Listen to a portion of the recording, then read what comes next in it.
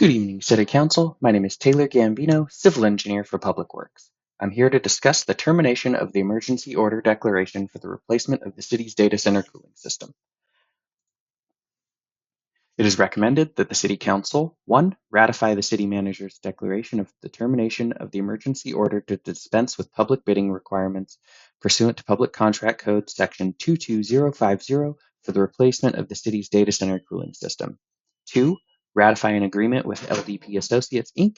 in the amount of $274,239 with a project contingency amount of $27,424 or 10% with LDP Associates, Inc. for a total not to exceed value of $301,663. And 3. Approve a project allocation amount of $13,712 or 5% for engineering and project management for the project. Some background. On June 4th, 2024, the City Council ratified the City Manager's emergency order per Oxnard City Code Section 4-20B to implement emergency procurement procedures pursuant to Public Contract Code 22050 for the replacement of the city's data center cooling system, which experienced catastrophic failure.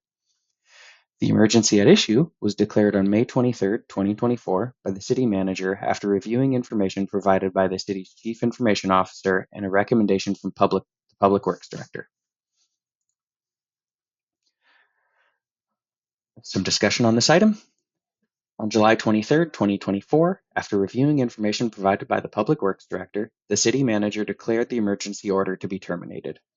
This was based upon the fact that LDP Associates had been selected to conduct the work necessary to repair or replace the city's data center cooling system, and an agreement has been finalized and signed by LDP.